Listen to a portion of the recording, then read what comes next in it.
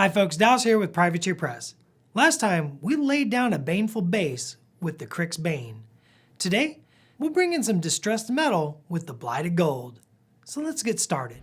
So our Death Ripper is back in action and ready to get some Blighted Gold added to him. So for this, we'll be painting Blighted Gold on a few of these elements. We're going to do a couple shades, and we're going to use opaque paint to do the shading on our metals because it adds to the metallosity. So let's go ahead and get that started with some base coats of Blighted Gold. Just going to grab some Blighted Gold right out of the pot. We're just going to paint that right on. Now on these little metal plates like this, they like to get full of paint, these little holes. So you want to poke those, make sure they don't stay full. They'll ruin your paint job. So Blighted Gold, as you can see, is a very dark brown gold. It's not like your typical gold coin kind of gold here. That's why it's called blighted, right? It's been warped by the Dragon Father. As you can see, it covers real nicely. I've only done basically one coat here. Just smoothed it out as it was drying and make sure that there was nothing in those graded holes. Pretty much one coat and done. Now first shade is kind of a fun mix. For this I'm going to use Cryx Bane base and a little brown ink. I want a nice dull green. Kind of nasty green brown. That's what I want. This is Cryx after all. So let's take this and we're going to 2-brush blend this right over the gold here. Because this is opaque paint, it's going to dull it down. And if you look real closely at metals around you, you'll see that the shadows become dull and not reflective. So you're kind of replicating that here. That green is a nice complement to the green of the armor plates. That little bit of brown in there keeps it warm. Let's go ahead and get all these little pits. The undersides of the spikes here, just anywhere where shadow is going to fall. This shade really adds to the overall effect of the Cryx metal. Very tarnished and old. That classic Blighted Gold look.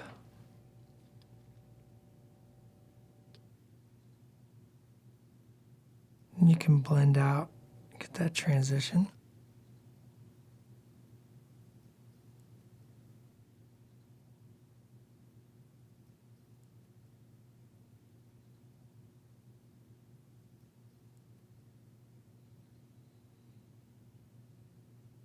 Now this shade is just Umber Lumber and Coal Black, and if you watched the last video, you'll know that we actually used this on the carapace to make our Cryx Bane color. So if you still have that mixed up, you can use it here, or we're just going to mix them up ourselves.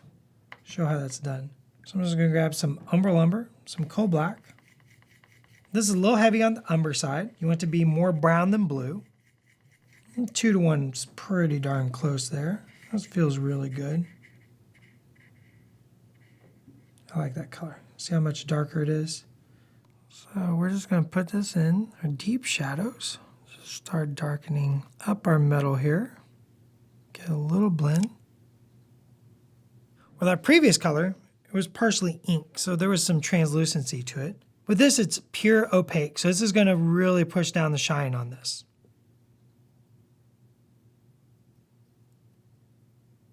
All the undersides very quickly, nice and dark. A little touch of blue shines out. Looks really good against this metal. And of course, if you wanted to go darker, you can go darker. If you want to go lighter, you can go lighter. So we pushed that metal down in the shadows, really removed a lot of that reflectiveness. But we need to bring that shine back, so I think it's time to start highlighting.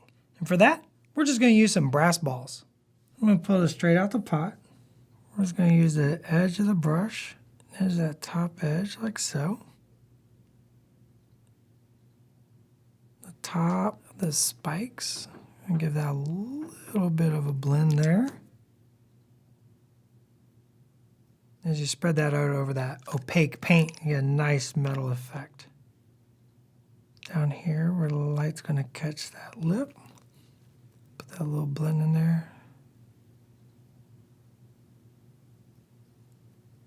Same way here, let's get some of that shine back on that upper surface of his visor, right where all the light's going to catch.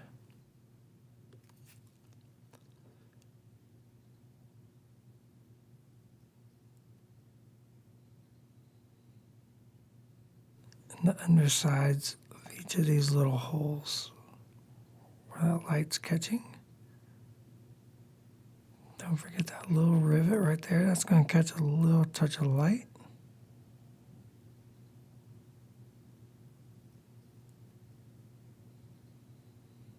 I'm just going to work that till I'm happy with it.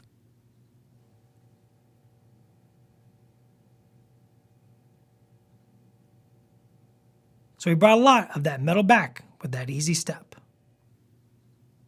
I'm going to pull out our Thamar black. And I'm going to black out those circles. I want these circles to be nice and black. There's little holes in this visor. You could also just add Thamar black to your final shade color if you wanted a little bit of color in your black. Maybe you don't want to go all the way Thamar.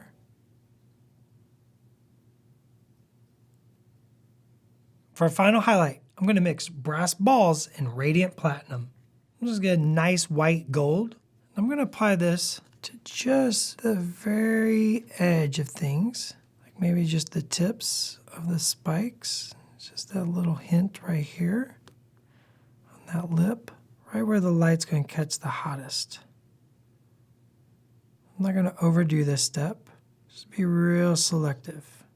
I'll just make those metals stand out that much more.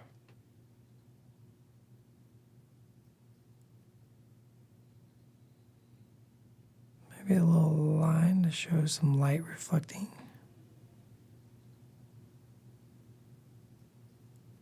And with the Blighted Gold added to the Cryx Bane base, you really get a nice start to any Cryx army. Your victims know you mean business when you bring out the Blighted Gold.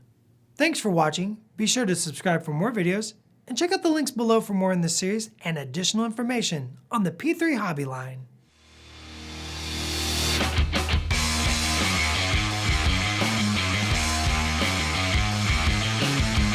Hi friends, Dallas here with Privateer Press. Today we're going to take a peek at painting some miniatures in our eyes. I have no idea what I'm saying anymore.